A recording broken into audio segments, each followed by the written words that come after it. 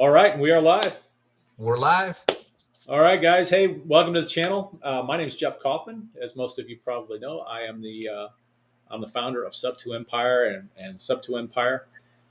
Before we jump into this, before we get started, I want to quickly ask of all of you, if you're watching this live right now, I would like you, don't stop watching, don't hit pause or anything, but continue watching. But after we wrap this up, head down below this video and hit that like button if you wouldn't mind.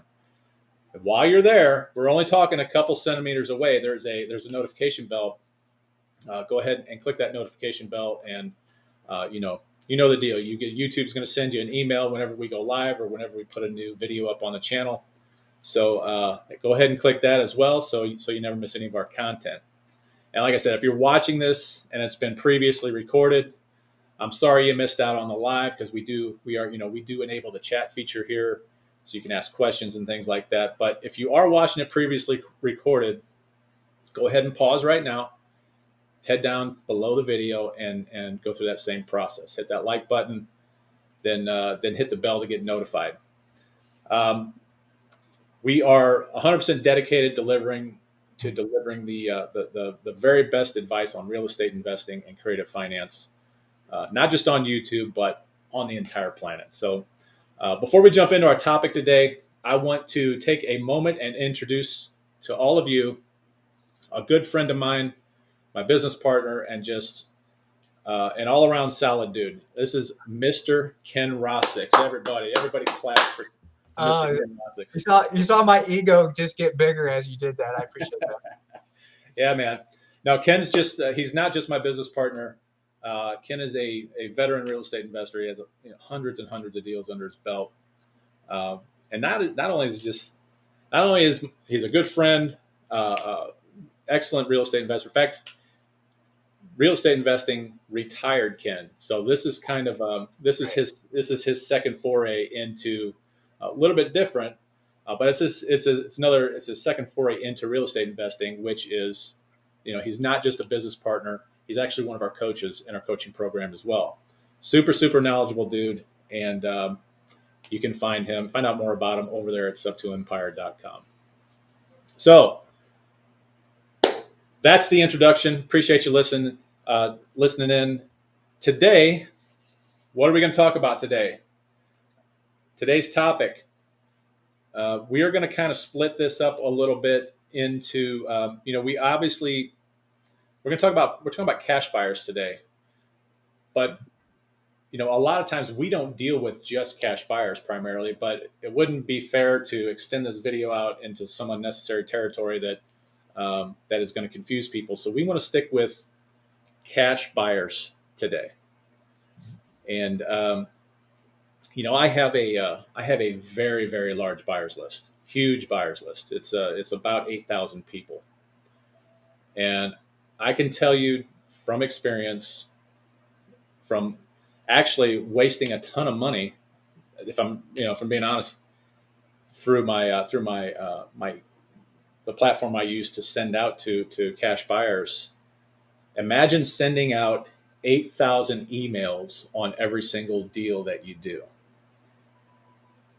That gets super expensive. And so the lesson that I really learned here is that while I have this massive cash buyers list, I really only use probably it, and I don't really use these guys very often, because I have kind of a different way to a little bit different mentality about cash buyers, but they're always good to have in your back pocket. But I really only use about 10 to 12 of them on a regular basis. It's really all that you need here. So, So don't think you have to spend all that money getting 5, 6, 8,000 like you did. You really don't need it. The quality of the cash buyer, not the quantity necessarily. That is key. 100% quality over quantity any day of the week. Yep. So, Ken, what types of cash buyers we have? Obviously, we have different types of cash buyers. We have, let me rephrase that. They have different goals. So right. What kind of goals, what kind of cash buyers are we generally dealing with here? So let's start by focusing on a couple. So let's talk about the fix and flip buyer, right? The rehabber, so to speak, just the standard rehabber, the guy that just fixes and flips. That's the business model, so on and so forth. In other words, they have the cash to acquire the property at the price and fund the rehab, and then they're going to retail sale that as the exit strategy, Yeah, right? or So they could be a yeah they could retail sell it, or they could be one of these guys that buys these little crappy houses and fixes them up and sells them off to investors. I yep, think I think in either situation, yep. same end goal in mind, just a different target. Um, They have a different target buyer once the house is rehabbed. Right. So when we're talking about cash buyers from that perspective, that's one group. And then the second group, right? So this is the sub two empire, as you mentioned. So we try to get creative deals and subject to deals. So what about that group of people that maybe have some funds, right? Maybe they can do a renovation. Maybe they have $50,000 that they can fix up a property, but they don't have the other $150,000 to acquire it. So though that group of cash buyers, we would say, would be perfect for sub two deals or seller carryback, seller finance deals. So we, right, us, would like to then novate that deal, right? Not assign, but novate the sub two deal to that particular group of cash buyers. Yeah, incredibly important to understand. If you don't know what novation is, we have separate training on novations, but in its most basic and most pure form, a novation is nothing more than let's just give you an example. A novation. Let's say that you have a property under contract. There's different types of things that people do with novations. I'm just giving you in its most basic form. When you novate a contract, what you're doing, they should really call it. I kind of thought of this morning for this video. If you look at the word novation, you got Nova. If you look at the word novation, and it may even mean this because isn't everything translated to Latin? Isn't that basically what I think? That's I haven't looked that up. Yeah. But if you think of novation as null and void, so it kind of plays off of the word novation, null and void. You are essentially nullifying and voiding one contract and in favor of another. So what you're able to do, let's say if you're a wholesaler and you're buying a property, but or I'm sorry, you've got a property under contract where your seller has agreed to do a subject to deal with you, or they've agreed to carry all or a portion of the financing on it. But you don't, your business is wholesaling. So what you can do is you can package that deal up, and then you can assign. A lot of people would assign that deal. We just don't recommend that you ever assign a creative deal, something that you have, if particularly if it's subject to, if you have agreed to your seller that you will be the one making those payments, and then you turn around and assign that deal, well, guess what? There's unless you're like 100% transparent and everything is above board, which I recommend anyway. What happens if your buyer gets into some kind of financial trouble? What's going to happen is he or she is probably going to stop making payments on they're first going to stop making payments on debt that is not theirs. Yep. And so now they stop making payments on that subject to deal that you've assigned. But guess what? Your seller doesn't see that. Your seller doesn't know that. Nope. So now you've opened yourself up to this potentially super dangerous legal bind. I mean, and I have seen this before. Hasn't personally happened to me, but I don't assign subject to deals. Right. And just remember, as the assigner, you're legally responsible to make those payments per the original subject to agreements that you signed. Right. So just because you're assigning it and then your assignee doesn't make good, you're still responsible. Like you're not abdicating your responsibility. You're just letting a third party make payments for you. That's right. That's right. And with a novation, what you're doing is you are nullifying, you are voiding that original contract or some of the terms in that contract. You're creating a brand new contract. It's a new contract between now what is your seller and your buyer. You're just bringing them together. And in that new contract, you can have the terms for how you're going to get paid. It's just a legal way. And I'm not an attorney, neither is Ken, but I have done these.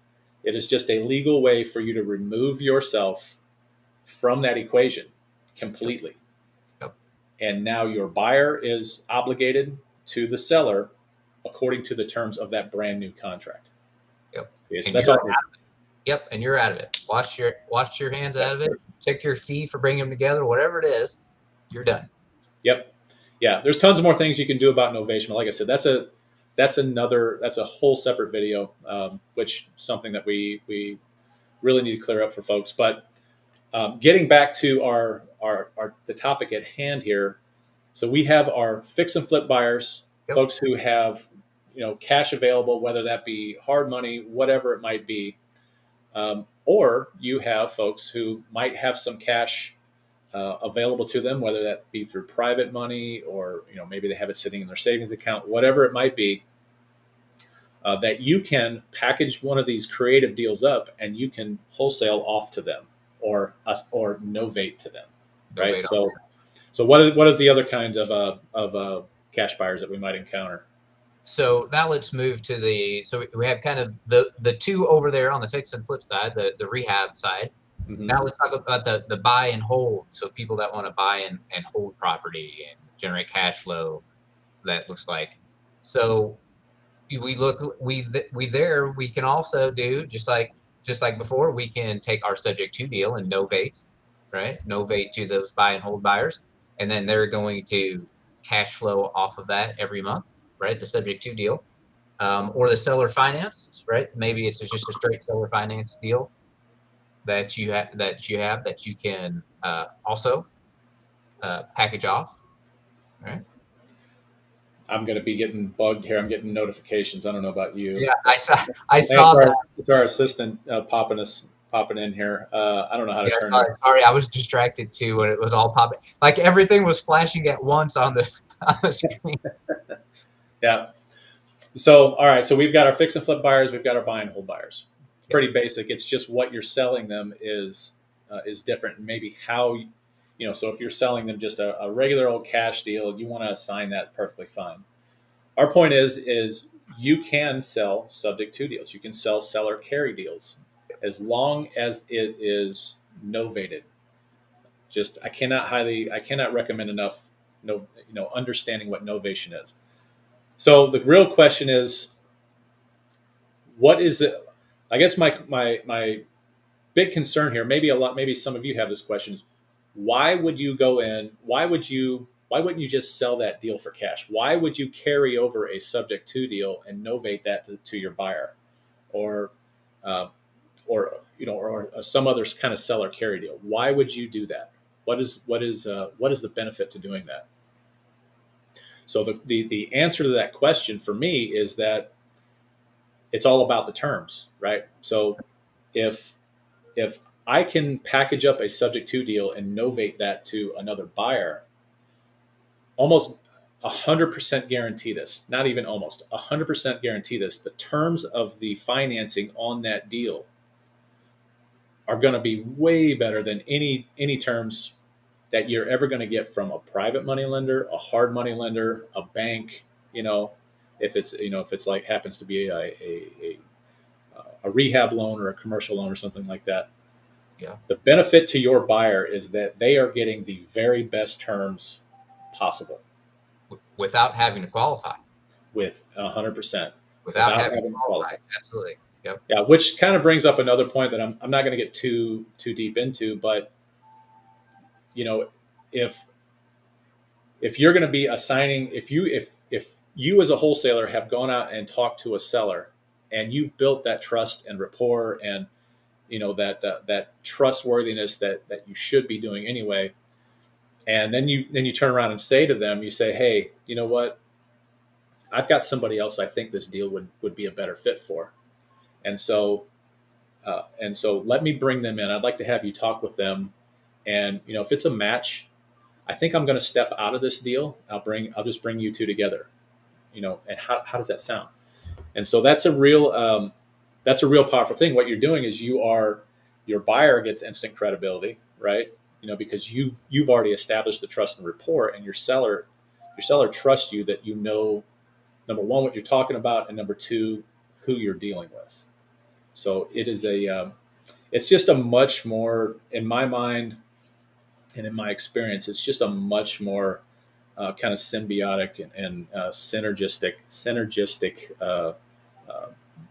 environment at that point. So, Yep. And maybe a good time just to interject before we start talking about, because I'm curious about how you got 8,000 people on your cash buyers list. So we'll talk about that in a second. But um, is we're really trying to target on your cash buyers list. We're trying to target those people that we're talking about here today, especially for the subject to deals, to package up for them. Those people that are non-qualifying, right?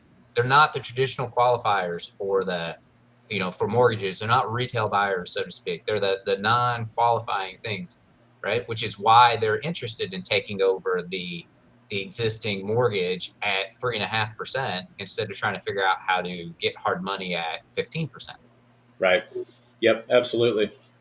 Yeah. I mean, it just makes sense. I mean, if you're, particularly, I would say this has the major benefit to this that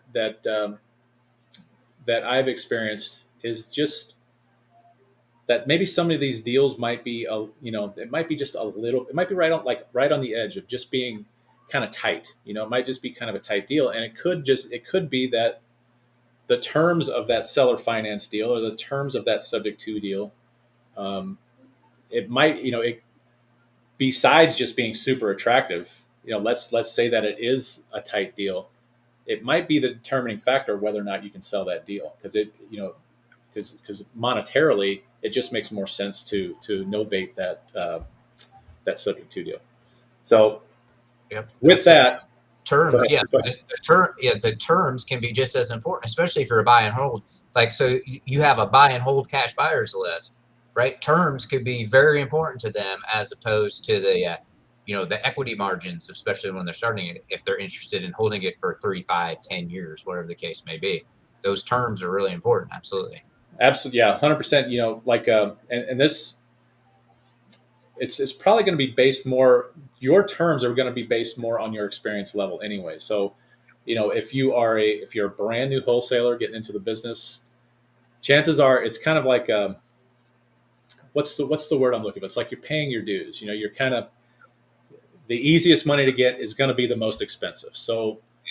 And that's where we come in. That's what we teach our students is how can we get the very best terms that we can possibly get for whatever exit strategy it is we're using. Yep. And the best way for us to do that is through creative financing. So, okay, now Jeff, let's switch gears and let's talk about, so just the question to pose, right, is how in the hell did you get 8,000 people on your buyers list? man, I'll tell you, it was a lot easier than you might think. It did take me quite a while to do it. It took me about a year and a half. And I'm going to admit something to a lot of folks. I did actually purchase some of my buyers list. I rented, let's say, somebody else's cash buyers list, Hey, and so now I would pay them. sorry to interrupt, but don't gloss over that, especially if you're first starting. Yeah, That might be an easy way to start establishing, right, and getting that. Just pay a little money for it. 100%. The whole idea going into that was I didn't have a cash buyers list. And by the way, I do next to zero wholesaling these days. It's just a necessary evil for me. But what I did in the beginning was, I didn't have a cash buyers list, so I started working with other wholesalers, and I started asking them to sell me their deals, or to sell my deals. And so what ended up happening was, when you do that in this industry, in wholesaling, generally speaking, you're looking at a 50-50 split. So every deal that I got and I sold off, I was giving up 50% of my profits. Well, after a while, depending on how aggressive you are with your marketing, after a while, that gets super, super expensive, up to the point where I really wasn't making any money because I was spending all this money on marketing and then turning around and giving half of my profits away. So it didn't really make much sense. So I came up with this idea, and somebody else might have this out there, may have come up with this idea as well. But keep in mind, I didn't have really any help figuring this out. But I came up with this idea of, well, why don't I just pay someone a flat fee to use their buyers list instead of giving up half of my deal? So, my average fee at that time was anywhere between $3,000 and $7,000. So what I did was I decided to rent, I say in quotes, a access to a buyer's list, and I paid them. I think it was $500 a month. Which to me was a great deal. I mean, obviously you can just do the numbers. So yeah, it's a really creative way to for you to network with and be able to use somebody else's buyers list without without spending so much money. So that was number one. That's how I started with this building of this massive list of mine. Then I moved into kind of I moved into the thing that got me into wholesaling anyway. And like I said, I'm not a wholesaler. I don't wholesale. I could easily teach you how to do it. It's not, as they say, it's a simple business, but it's not easy. Wholesaling is a tough business. It's very time consuming. Yeah. Very, yeah. very I mean, yes. For the return you get. Yeah. So the next place, this is really kind of unconventional, but when I decided that I wanted to have my own, that, there's something about ownership and really not having to rely on someone else. Because really at any time, that list I was renting, they could have just told me to go pound sand. They could have cut me off completely. Yep. So what I started doing was, with every deal, of course, I would add that individual to my buyers list. Every deal that I sold, I would add them to my buyers list. Absolutely. Still really wasn't, in my mind at the time, it wasn't enough. So what I did was I started looking on the MLS. All right. So the MLS is it's a gold mine for a lot of things. And if you don't have access to the MLS, that should probably be priority number one. You need access to the MLS, no matter what you're doing in this business, it's super important. Or the first person you get on your power team is a real estate agent that can provide you information from the MLS. Absolutely. 100%. Yep. So what I'll do, I do have the MLS pulled up here. Maybe give you just a real quick example of how to go out and find cash buyers on the MLS. Super simple to do. And I'll show you how to get it done. What you have to do is you have to kind of combine discovering who these folks are with and then you're going to have to throw some marketing at them. You're either going to have to pick up the phone and call them. You're going to have to send them some mail. Whatever it is, whatever strategy you want to use to reach out to these folks is fine. But the hard part about this whole process is just finding them. Yes. So let me see if I can. Don't gloss over that, Jeff. Then you actually have to contact them. Yeah. Right. That's where there's fear sometimes there of actually going out there, even knocking on their door or direct mail or calling them, whatever you suggested, but you actually have to contact them to get them on your list. Absolutely. Yep. Good call. All right. So let me pull this up here. All right. So I'm inside our MLS here, and I hope I don't get, actually, I'm not. I made my wife go get licensed because I really didn't want to have to go through that process, and I really needed MLS access bad. So you see how important it is to have MLS access. I begged my wife to go do this, and she agreed to it. So everybody's MLS looks basically the same. We all have the basic kind of features. This is all built. Most MLSs, and there are thousands of MLSs across the country, but most MLSs use this basic platform and this basic criteria or this basic framework is what I'm trying to say. So can you see this okay? Let me make sure everybody, yeah, okay. I can see it when you shared it, yeah. Okay, cool. So inside the MLS, all you're going to do is you are going to set up your search criteria, and all you're looking for are closed deals. Remember, we're searching for cash buyers. We're searching for people who have closed deals. So this is the only option you're gonna select. You're gonna select closed, and you want really active cash buyers. So we only go back 90 days. Yeah. All right. And you can set this up, your actual property types and not the demographics, but the geographic areas and all of this other stuff. You can set that up how you want it. I'm just going to give you a real quick example of how to do this. Yeah, absolutely. So I want to make sure that I am choosing residential. I don't care about beds, baths, and all that stuff right now. So what I want to do, now let's say that you have a deal. I don't know. I'm just going to pick a spot here in St. Louis. We're in the St. Louis market. I'm going to pick a deal. I'm going to say Florissant, which is a really popular. It's a good mix of both residential, retail, and rental properties. Yeah. All right. So obviously, I'm looking for people who have purchased with cash, and probably going to be either fix and flippers or landlords. So what I want to do is I want to search. I'm going to start a mile out because obviously it's not super important how far the distance is from the property that you're trying to flip, right? So I'm going to start with a mile out, and I'm going to use a rental property that my wife currently owns.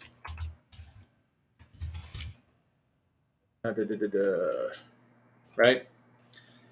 And then,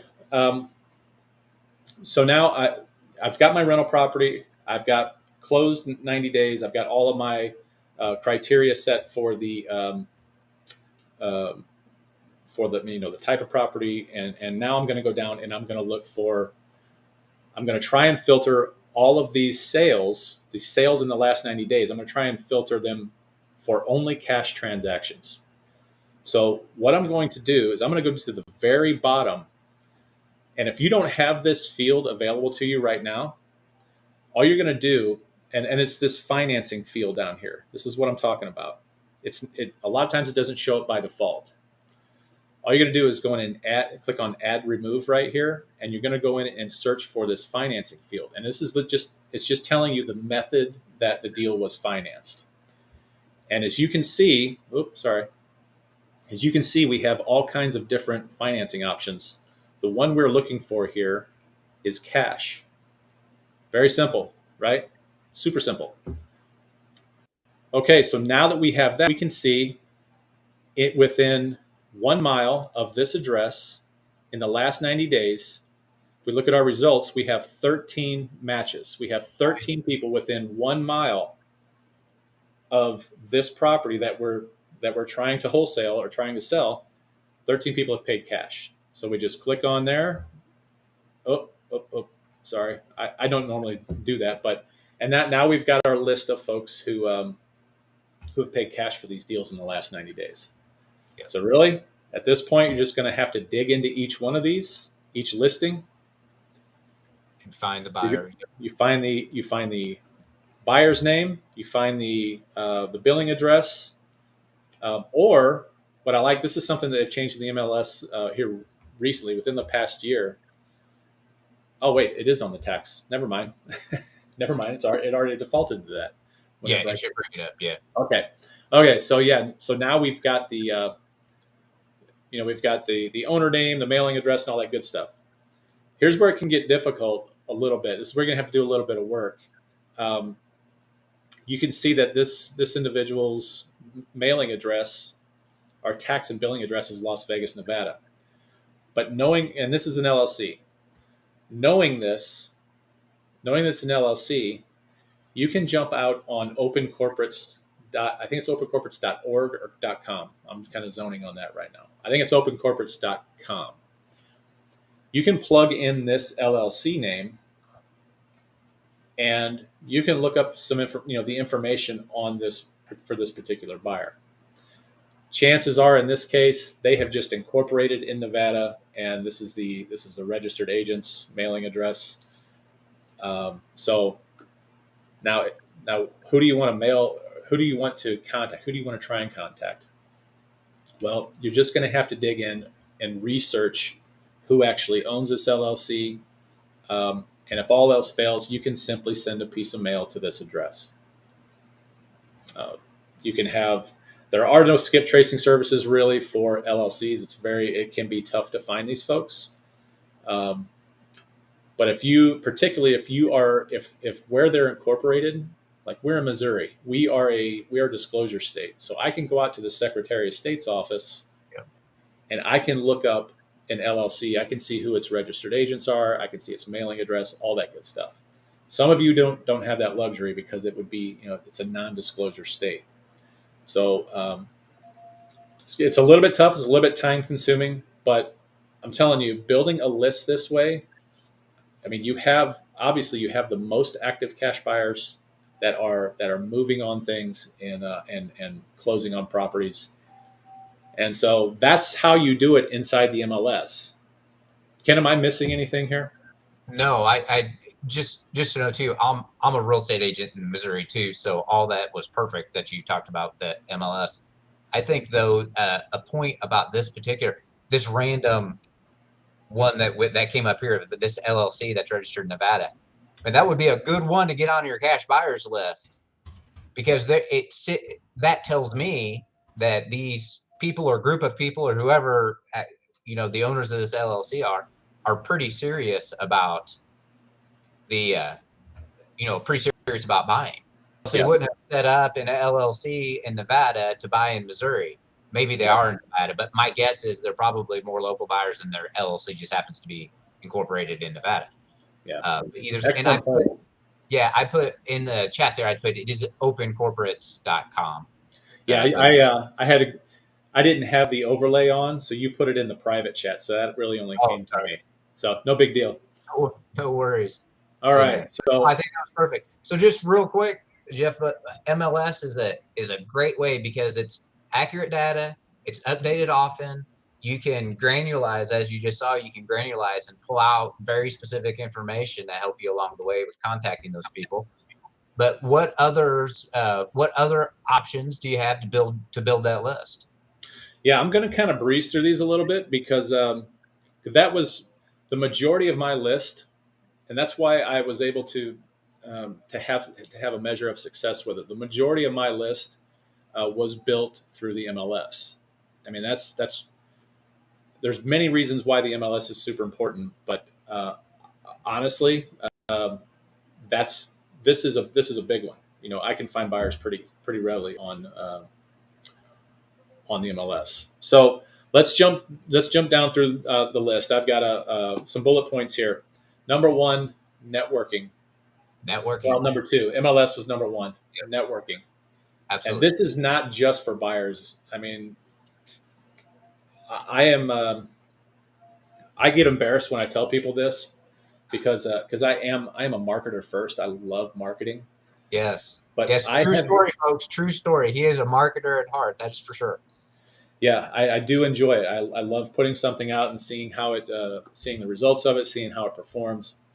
But honestly, at this point, I'm so niche down. I've got such a finely tuned goals. I know exactly what I'm looking for, and so I'm able to communicate that with people. And so I network with a ton of people. So all of my deals for the past year and a half have come through referrals. Period. And so that is no different than if you're trying to build this list. You've got to talk to everyone. You just have to. I mean, it's not even an option. If you are, I'm an introvert, just a born introvert. Like I can sit in my house and not leave my house for hours or days. So it takes a lot of energy for me to get out there and talk to people, but it's an absolute must. And so talk to people, tell people what you're doing. Start taking down their names, numbers, and emails. Put them in your CRM, or put them in a mail campaign. Whatever you got to do to stay in touch with them. And every time a deal comes up that you want to hold, that you want to sell off to somebody else, well, there you go. Yep. So networking is a huge one. Yep. And just real quick, if I could intervene, everybody you meet should go on some list. Yep. Everybody you meet, especially if you're going to your real estate investors group meetings in your area, everybody you meet should go on some list. Whether it's a buyer's list, it's a seller's list, it's a contractor list, it's someone that could be on your power team list, whatever it is, everybody should be going on some list somewhere. Yeah, good call. Good advice. Excellent advice. Next one up for me. This is a little bit of a hack. A lot of folks might not know about this, but Google My Business is a free listing service through Google. So whenever you go out and you search Google for you search it for wholesalers, or if a buyer is looking for a property to fix and flip, they can go Google that. So if you have a Google My Business listing, and there happen to be in the area where you have that listing, it's just a free thing. It's a free service. You don't have to pay anything for that. It's not highly, it's not like one of these sources that's going to be, super active, but it's free. You might as well do it. There's no reason not to. So Google My Business, a big one. And this is where you're going to find a bulk of active buyers, and you're also going to find a lot of posers. You're going to find a lot of people that are new, that are just, they're in these groups because they're kind of learning. So you're going to have to weed through these. But social media, you can find a ton of buyers on social media. Yes, but do be careful, because there are just flat out con artists too. That's true. 100%. So you got to be careful. You got to vet that. You got to be kind of careful, and especially which platform you're using. Like obviously Facebook, which Facebook has groups and all kinds of things kind of dedicated and related to that. But just be careful. Be careful. Yeah. The point I want to bring up about social media is, I don't know how many times, I get in there and I look at this stuff every day. Like, I just get in there. I don't know why. Because for me, it's like, I think of this. I think when somebody posts a deal in social media, and then you have all of these people plugging their email addresses in there. First of all, those are your email addresses. You know who the person is, and you know their email address now. They should probably go on your list. Yep. You're going to send them a message and ask them if they want to receive other deals from you. And if they don't, you take them off the list. If they do, you just start sending them all your deals. But my point is, all of these people throw their names in this big pot. And so what do you think that does? All that does is creates competition. Yep. Now you're fighting to pay the most money for this deal. Doesn't make any sense to me. I don't know why anybody would ever do that. It's crazy. I'm not in the business of spending the most on every deal that I buy. So, however, knowing that, you can now you can understand why people do that, because it just creates this kind of this feeding frenzy on your deals. And I've sold tons of deals in social media, like probably more through social media than any other channel, honestly. So we've got social media. And just look, I'm going to make a plug, right? If you're not already, just from a Facebook perspective, probably would be one of the bigger channels there for that. But come to the Sub2 Empire Facebook page and join our group. Yeah. Right? And you can post things in the group, and we have a quality group there. 100%. So, yeah. Creative Real Estate Investing Mastery. Just check that out. Or you can just look up really, you can look up Sub2 Empire on any platform. We're the only ones with a name like that. So Sub2 Empire, be happy to have you inside the group. Next one on our list is list building and direct mail. You can easily go out and buy a cash buyers list from a list source, from a listability. You can even get it from PropStream. I don't rely on PropStream for a whole lot. A lot of their data is stale, but you can easily find very affordable to find a list of cash buyers in the area and simply send out mail. Yep. I mean, and you're not looking at any one of these really exclusively to build your buyers list, any one of these strategies. This is a combined effort. You're looking at it from many, many different points. You're Right. trying to find these folks from many different areas. So list building is a simple one. It's not going to be free. You're going to have to send out mail. You can even cold call these folks if you wanted to. Yep. Although there is a lot of restrictions coming down the pike, and cold calling, I think, is going to be very, very tough on people here very soon. Next one we got, obviously, bandit signs. I don't know. I have a phone. My phone is full of pictures of bandit signs. Every bandit sign I see, I take a picture of. Yeah, I do too. Yeah, I do. Yep. So why not start posting bandit signs for buyers? That only makes sense. I mean, I'm telling you, you fill up your database with these. If you are actively doing it, and you're on a schedule, you could use bandit signs alone to. That's, like I said, it's very active. It's not the funnest thing to do, but it is very, very effective. Just be careful where you place your bandit signs. Some municipalities, at least here in our market, the St. Louis area, are very strict. They'll find you, they'll hunt you down and ticket you. Yeah. So just be a little careful with that. And of course, they'll disappear over time too. So you'll have to replace them. Yeah, and that's one of those things. I don't know if I really want to say this out loud, but it's one of those things that don't use your cell phone. Yes, Google Voice. Yes, absolutely. Let's just leave it at that. Don't use a personal or cell phone number. All right. Yeah. What else we got, Ken? We just have a couple of online options. If you want to toss those maybe into the chat there too, forrent.com. Yeah, let me throw that in there real quick.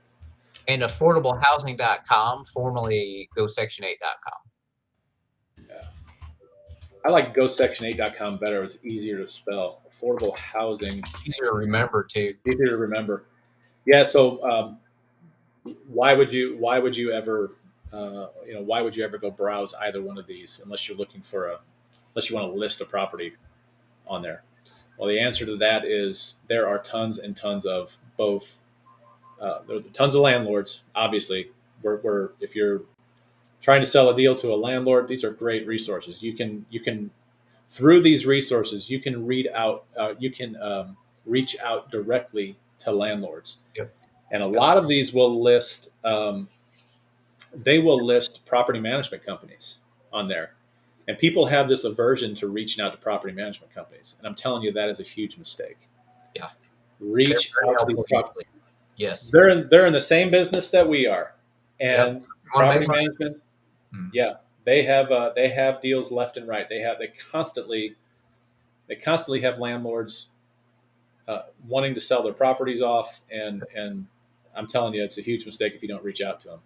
Yep, absolutely. Yes. Which is pro tip. That's the big pro tip of the day. Don't neglect the property managers. Absolutely. Yeah. Which is kind of ironic because the reason their clients are trying to sell their rental properties is probably because of terrible property management. I mean, I don't know. They just want to retire. They just want to retire, right? Yeah. So anyway, I think that's really all I've got here. No, I think that's good. We'll probably wrap this one up there, talking about our first list building for specifically related to the cash buyers, and we talked about kind of the rehab side of it, and then the buy and hold side of it, which we finished up here. And by the way, too, I don't want to put you on the spot or anything because it's your list. But as new people come in and they want to say, well, hey, I like that idea of renting somebody's list. Well, hey, why don't you contact us? There's an 8,000 person buyers list sitting around here. That's right. Yeah, and yeah, I didn't even think about that. Good call. Yep. See, this helps out. No, but but that list you can go to number one on sub2empire.com. If you go up in the menu under the resources tab, you're going to see we JV with people. We also buy deals. So don't be afraid to jump in there. And if you've got a deal you need to sell, now we have certain states that we're only buying in, but we have students all over the country. So what's it going to hurt to throw, if you've got a deal that you want to sell, throw that deal there at sub2empire.com. And just like I said, jump to the resources tab. There's a sell us your deals link that you can click on. Also, we have a JV program where we actually help people close their subject to deals, and then of course you can go out and do whatever you like with that. If you're a buy and hold investor, you can keep it, but maybe you don't quite understand how the whole seller finance or subject to process works. Happy to help you with that. And then lastly, if you go to sub2.deals, let me throw that in there. Sub2. Oh, they don't recognize the .deals. Doesn't look like as a as a URL, yeah. domain. So let me do it this way. There you go. There we go. Sub2.deals. Sub2.deals is where you can go in and sign up for the buyers list if you're looking for creative deals. It's a brand new website, so don't get discouraged. But go ahead, jump in there and get signed up on it. And the way that works is we match folks. We're able to match. If you're looking for deals in, I don't know if you're in Texas. If you're looking for deals in Texas, we can match that up. We have the properties tagged so that it would send you a notification. We can get really, really granular with it. So those are three, a couple of resources for you here. Let me do this other one just real quick. My Sub2 partner is a direct link to that sell your deal page. So yeah, just go ahead and visit all of those. Why not? Yeah. I was just going to say, just go to sub2empire.com and spend some time there. You'll be stunned and amazed at the resources you have at your fingertips that we provide you free complimentary access.